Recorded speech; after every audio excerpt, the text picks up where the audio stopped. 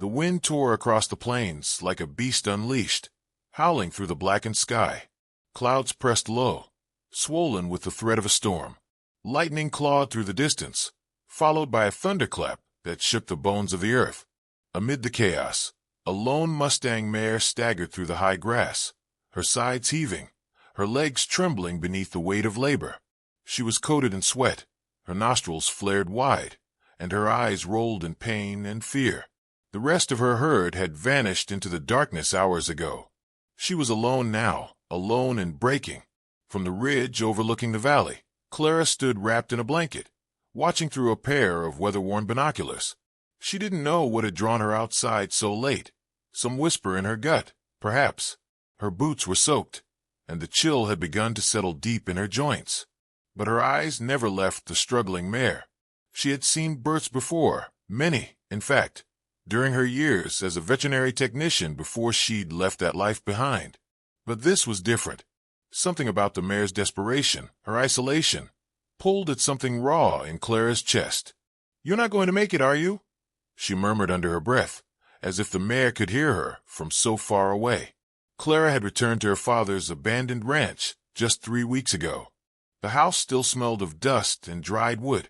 The barn was barely standing. His journals sat untouched on the shelf, heavy with memories she hadn't dared to open. She hadn't come to heal. She'd come to disappear. Another flash of lightning lit the sky, and Clara saw it then. The mare had gone down, legs splayed in the mud, her body convulsing. A foal, slick with afterbirth and impossibly pale, slid into the world. Clara's heart skipped. It didn't move. The foal lay motionless, limp against the mother's flank. The mare lifted her head weakly and nudged it, but there was no response. Another bolt streaked across the heavens, and thunder answered like a war drum. The mare collapsed, her head dropping beside her newborn. Clara was already running. She didn't think. She didn't grab gloves or gear. She only grabbed her father's old oilskin coat and sprinted into the storm. The grass tore at her legs. The rain slapped her face. But she ran as if chased by something unseen, as if she could still save a life that hadn't yet begun. By the time she reached them, her breath was ragged and her fingers numb. The mare's breathing was shallow, but steady. Her eyes fluttered open as Clara approached, and though wildness still lived in them, she didn't move away. Clara dropped to her knees beside the foal. "Come on," she whispered, placing 2 fingers gently on its narrow chest. She felt warmth, but barely. A heartbeat, but too faint. She rubbed its sides, massaged its limbs, cleared its nostrils with her sleeve. She whispered again, the words shaking. "Not tonight. Don't go." For a moment, nothing happened. Then the foal shuddered. A cough. A gasp. It pulled in its first breath, so fragile it barely stirred the air. Clara let out a breath she hadn't realized she was holding. The mare whinnied, soft and strained, and Clara rested her hand on the animal's neck. "You did good," she said quietly. "But I need to get you both out of here before this storm turns worse." It took nearly an hour, dragging an old tarp from the edge of the fence line, coaxing the mare to rise. Clara moved slowly, speaking in low tones, wrapping the foal in her coat. The mare followed, limping, bleeding, but protective, through the wind and rain back to the ranch. Inside the barn, she spread out hay, lit a flickering lantern, and laid the foal gently on the dry straw. The mare collapsed beside it, her breathing labored but steady. Clara sank into the dirt floor, her soaked coat now wrapped around the newborn like a second skin. The foal was unlike anything she had seen before. Its coat was not white but translucent, like moonlight pressed into flesh. Its mane barely visible. Its eyes, when they finally opened, were pale blue. Too pale, almost unreal. The kind of eyes stories were written about. Clara stared, unable to look away. "You weren't supposed to survive," she whispered, brushing a damp curl from her face. "And yet here you are." Lightning cracked again, and in its brief light, the foal turned its head and looked directly at her. Not past her, not through her, at her. Clara felt the moment settle in her chest, like a stone dropped into still water. For a long time, she just sat with them, the storm thundering overhead, the scent of wet hay and blood thick in the air. Her hands trembled, but not from cold. The sound of distant hooves faded completely now. No herd had returned. No other horse had come near. Only this mother, this foal, and Clara, the woman who'd sworn never to care again. When the storm finally began to drift east, and the wind lost its bite, Clara rose, exhausted. She poured water into a tin bowl, placed it beside the mare, and whispered, "Rest now. You're safe." She didn't know what came next. She didn't know if the foal would survive the night, or if the mare's injuries ran deeper than she could see. But one thing was clear. They had come into her world for a reason. As she stepped out of the barn and looked up at the clearing sky, stars beginning to peek through the clouds, Clara felt something she hadn't felt in years. An ache, yes, but also a flicker of purpose. Not much, but enough. She turned back once more, just as the foal gave a soft, broken whinny. And in that sound, something began again. The foal survived the night. Clara barely slept. She lay curled on an old blanket just inside the barn door, listening to the mare's labored breathing and the soft, intermittent whimpers from the newborn. Each time the foal stirred, Clara's eyes flew open. Morning light had begun to slip through the cracked boards of the barn before she dared believe the fragile life beside her would hold on. She rose slowly, stiff from the cold floor, and approached with quiet steps. The foal, its pale body still too thin, too shaky, was attempting to stand. Its legs wobbled like reeds in a river, buckling every time it tried to rise. Clara crouched close, murmuring soft encouragements. The mare lifted her head but did not protest her presence. That alone felt like a small miracle. "Try again," Clara whispered, inching forward. "You're stronger than you look." The foal, as if hearing her, pushed with trembling limbs and stood, unsteady, but upright. Clara exhaled a breath that felt a year old. For the next 2 days, Clara worked in quiet urgency. She cleaned out the old stalls, repaired broken boards, and cleared a patch of field so the mare could graze safely. Every moment was filled with motion, hands raw, back aching, but something inside her kept propelling forward. It wasn't just survival anymore. It was responsibility, and maybe something close to devotion.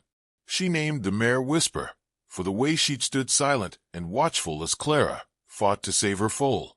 And the foal she called Luna, after the strange way her coat shimmered like moonlight in her eyes, pale and unblinking, held something both delicate and wild. It wasn't long before word spread. A neighbor dropped by under the pretense of checking Clara's fencing, but it was clear his curiosity had other motives. "Is it true?" he asked, leaning on the gate with mud still on his boots. "You pulled a wild mare out of the valley, and she had a ghost foal." Clara's spine stiffened. "She has a name. So does the foal." He chuckled, tapping ash from a cigarette. "Folks are talking. Say the thing's cursed. Eyes like that don't belong on a horse, or anything else." She said nothing, just closed the gate between them. But the rumors didn't stop. 2 days later, she walked into town for supplies. Conversations fell quiet as she passed. At the feed store, the clerk offered her a forced smile, eyes sliding away when she placed the order. Outside, a local rancher, Jed Harmon, leaned against his truck and didn't bother hiding his sneer. "You planning to keep that thing alive?" he called. "Should have let nature take its course. Weak ones never last long out here." Clara stopped, the bag of feed hoisted on her shoulder. "Funny," she said. "I heard the same thing about men like you." She walked past him without another word, pulse pounding harder than it should have. Back at the ranch, the barn had become something more than shelter. It was a sanctuary. Whisper had begun to trust her, enough to nuzzle grain from Clara's open palm. Luna, though still unsteady, had started to explore. Her eyes watched everything, birds overhead, Clara's every movement, even shadows as if they carried meaning. She was different, yes, but not broken, not cursed. One evening, Clara found herself sitting beside Luna in the straw, the foal resting her head on Clara's lap. Her hand moved slowly along the silky neck. For the first time in years, her heart felt something beyond grief. There was still pain, yes, still nights where she stared at the ceiling of the house and heard her father's voice echo in the empty halls. But around Whisper and Luna, there was something else. She opened the old journal one night, the one her father had always carried but never let her read. Inside were sketches of wild horses, notes scrawled in the margins, lines that read like half-prayers. One page stood out, a rough drawing of a pale foal, eyes shaded blue. They call it the ghost line. He'd written, "One in a generation, always born during the fiercest storm, said to carry the spirit of the wind, fragile in body, unbreakable in will." Clara read the words 3 times before she set the book down. She stared at the barn through the window, at the pale glow of lantern light seeping through its cracks. That night, Luna had another episode. Clara found her pacing in circles, eyes wide, chest heaving. She reached out, but the foal darted away, bumping into a post hard enough to bleed. Whisper snorted in alarm. Clara cornered Luna gently, speaking in a soft voice, arms raised low. "You're safe," she said. "You're okay. Whatever it is, you don't have to carry it alone." Eventually, Luna stilled. She pressed her forehead into Clara's chest, shaking. Clara didn't move for a long time. The next morning, Grady came. He was a retired horse whisperer, once a legend in the surrounding counties. Clara hadn't called him, but somehow, word had found its way. Grady didn't speak much. He simply stood near the barn, watching. Clara invited him in, unsure why. Maybe because she needed someone else to see what she was seeing, to confirm she wasn't imagining it. He moved slowly, like a man who had nothing left to prove. When he stepped close to Luna, the foal froze. Grady reached out, let his fingers hover over her neck, then gently made contact. And then he stepped back, face pale. "What is it?" Clara asked, unnerved by the sudden retreat. "She's not like the others," Grady said quietly. "That foal, she's listening to something most can't hear." He turned his eyes toward Clara. "You'll have to be careful. Horses like that, if they trust you, they'll walk through fire. But if they're pushed too far, they'll vanish forever. Like they were never here at all." He left before sunset, offering no more than a soft warning and a nod. Clara stood alone in the barn afterward, watching Luna doze beside her mother. The wind outside had stilled. The air felt heavy, waiting. She sat beside them again, fingers brushing through Luna's mane. Whatever this was, gift, curse, legend, it had found her. And now she had a choice. To run, as she had before, or to stay and fight for something fragile and rare. This time, she didn't hesitate. The days grew longer, and with them, Luna's legs steadied. The once delicate foal now trotted across the pasture, head high, tail flicking with growing confidence. Her coat, still impossibly pale, shimmered in the sunlight like water under moonlight. She was no longer the fragile thing Clara had cradled in a storm. She was becoming something else, something strong. Clara had settled into a rhythm. Each morning, she'd open the barn doors and whistle softly. Whisper would nudge Luna forward, and the foal would gallop, sometimes playfully kicking the dirt, other times skidding awkwardly, her legs not quite keeping pace with her energy. Clara watched every movement, taking notes, adjusting her training methods from her old vet tech days to fit Luna's wild instincts. She didn't use reins. Not yet. Instead, she used body language, voice, and time. Luna was different. Too much force, and she recoiled. Too much space, and she drifted away. But when Clara got it right, when the distance between them was just enough, Luna responded like she was reading her thoughts. One afternoon, Clara placed a wooden rail in the field, low to the ground. She didn't push Luna toward it, just walked past it with a subtle nod. Luna followed. First, she circled the rail, sniffing it suspiciously. Then, without warning, she leapt it, awkward but eager. Clara clapped once, and Luna whinnied in response, proud. But the bond didn't go unnoticed. Jed Harmon drove by more often now, his truck slowing near the gate. Clara saw him one morning through the slats in the barn as he leaned against his hood, staring across the field. She stepped out, arms folded. "Can I help you?"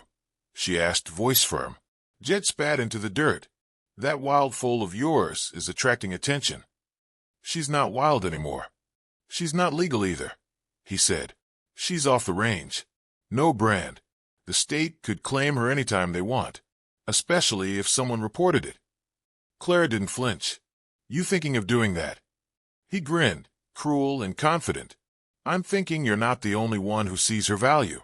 That kind of bloodline. She could fetch a fortune. She's not for sale." His smile faded. Sentiment doesn't last long in the real world. He climbed back into his truck and drove off, the tires spitting gravel. That night, Clara bolted the barn tighter than usual. She couldn't sleep. Her father's journal rested beside her bed, open to a page she had nearly memorized. A Mustang of the Ghost line is not born to be owned, but to find who it chooses. She watched the ceiling, breathing slowly. Luna hadn't just survived, she'd been reborn. So had Clara, in a way she hadn't dared name yet. But she knew what Jed was capable of. 2 days later, the letter arrived.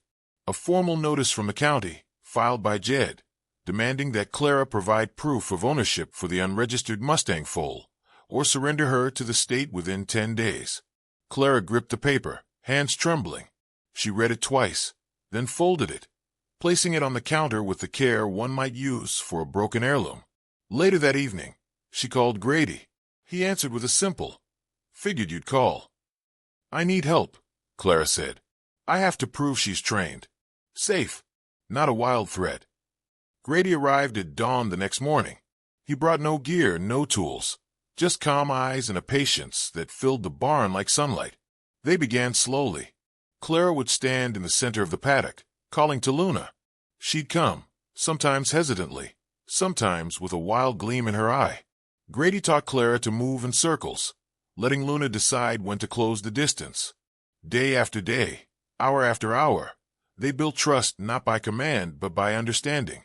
Luna learned to walk beside Clara, to stop when she stopped, to back up with a whisper. They kept things quiet, careful. No loud voices, no harsh corrections. Just rhythm and respect. But it wasn't perfect. One afternoon, during a training session, a hawk shrieked overhead. The sound echoed off the hills. Luna spooked. She reared back, eyes wide, body trembling. Clara reached out, trying to calm her, but she made the mistake of grabbing the halter. Luna bucked violently, pulling free and galloping to the far end of the field, where she stood panting, terrified. Clara stood frozen, breath shallow, heart thudding. "She doesn't want to be caught," Grady said quietly behind her. "She wants to be seen." That night, Clara cried in the barn. Not loud sobs, just silent tears that came without warning. Whisper rested her head against her shoulder, a gesture of quiet solidarity. Luna approached hours later, pressing her cold nose to Clara's palm as if to say, "I forgive you." The next morning, Clara tried again. No halter, no tools, just her voice. She walked to the center of the field and waited. Luna came. 10 days passed quickly, too quickly. On the last morning, Clara stood in front of the fairground arena, paperwork in hand. The county inspector, clipboard tight against his chest, eyed her skeptically. Jed stood nearby with folded arms and a smug expression. "All right," the inspector said. "Show us what she can do." Clara swallowed hard. She walked into the ring. Luna trotted beside her, untethered. The crowd of onlookers, small but curious, watched closely as Luna responded to Clara's movement, turning, stopping, backing up, even bowing her head at a whispered cue. No ropes, no force, just trust. Gasps rippled through the audience. Jed stepped forward. "That's a trick. It's rehearsed." "She's not a trick," Clara replied, her voice steady. "She's a choice." The inspector nodded slowly. "I've seen a lot of horses.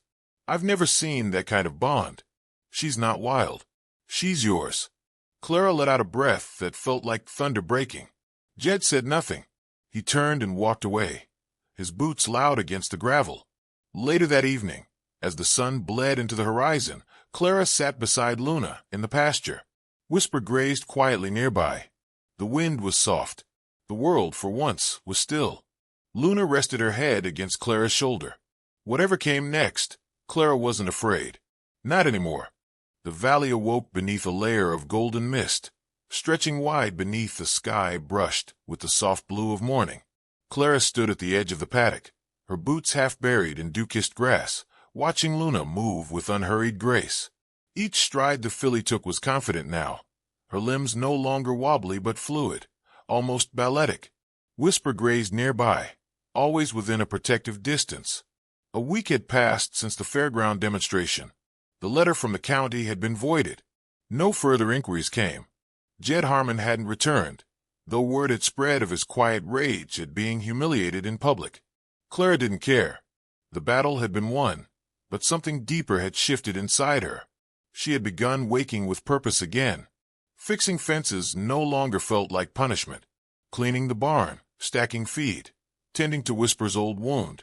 It all came with a strange sense of belonging. The silence she once feared now held peace. The grief she had carried for years no longer choked her with every breath. But Luna had changed too. Her energy was brighter, sharper. Some mornings she'd run across the field, faster than Clara thought possible, only to stop suddenly and stare at a far-off ridge, as if waiting for something. A breeze would move across her mane, and Clara would feel it too, like the valley was holding its breath. Grady noticed it the next time he visited. He watched Luna for a long while before speaking. "She's restless," he said. "Something's building in her." Clara leaned against the gate. "She's too young for competition, and I'm not looking to turn her into a show horse." "That's not what I mean." Grady turned toward her, eyes squinting against the sun. "She's waiting to be tested, not by a judge, but by life." Clara glanced at Luna, who had begun trotting tight circles, as if chasing her own shadow. She was right on the edge of something. Growth, change, or maybe freedom. A letter arrived the following week, an invitation. The state was hosting a special exhibition for Mustangs, saved from the wild. A showcase of resilience. The flyer mentioned Luna by name. Someone from the fair had passed her story along. There would be no competition, just a demonstration of connection between horse and human. Clara held the paper in her hands, uncertain. That night, she sat in the barn beside Luna, stroking her neck gently. "You were never meant to be shown," she whispered. "But maybe they need to see what's possible." Luna blinked at her slowly, resting her head against Clara's shoulder. The decision was made. The morning of the exhibition arrived with thick clouds and the scent of coming rain. Clara loaded Luna into the trailer. No lead rope, just a whispered command. Whisper remained behind, her eyes following them until the truck disappeared down the winding road. The arena was larger than Clara remembered, set on a hillside surrounded by trees turning gold with early autumn. Families filled the bleachers. Riders adjusted their saddles. Grooms brushed glossy coats. Judges walked with clipboards. Clara parked far from the others. She wanted no distractions. When Luna stepped down from the trailer, a murmur moved through the crowd. Her coat caught the overcast light like spun silver. Her unbranded sides, her wild mane, her clear blue eyes. She didn't look like she belonged to anyone. And yet, she followed Clara with absolute devotion. The announcer called her name. Clara stepped into the ring. Silence fell. She didn't rush. She walked slowly, letting Luna match her pace. They reached the center. Clara raised her hand. Luna stopped. With a breath, Clara turned, and Luna mirrored the movement. Backward. Sideways. A full, silent circle. The crowd began to applaud, but Clara held up a hand. Not yet. She walked to the far side of the ring and stood still. Luna remained in the center. Clara said nothing, just waited. The pause stretched, and then Luna moved. She trotted, then galloped, faster and faster, until she circled the entire arena and returned to Clara, skidding to a stop inches from her side. The dust cloud settled. Clara placed her forehead to Luna's. The applause broke like a wave. Tears filled Clara's eyes, not from pride, but from release. The years she'd spent angry, afraid, hollow, they slipped away in that moment. Luna had been more than a horse. She had been a mirror, a guide, a second chance. After the exhibition, breeders and reporters approached with interest, but Clara smiled politely and declined each offer. Luna was not for sale. Not to anyone. As they drove home, the rain finally fell. Gentle, cleansing. Clara rolled down the window, letting the wind kiss her skin. Luna stood quietly in the trailer, head low, calm. Back at the ranch, Whisper whinnied from the pasture as they returned. Luna responded, trotting toward her mother as the sun broke through the storm clouds in streaks of amber. Clara stood at the fence, arms resting on the top rail, watching them reunite. The grass shimmered, the barn stood tall against the horizon, and the valley breathed again. She had come here to escape, to forget, but in saving Luna, she had remembered who she was. Not broken, not abandoned, just unfinished. The wind whispered through the trees. Clara closed her eyes and let it move through her. If this story touched your heart, please consider subscribing. I bring true, heartfelt stories every day.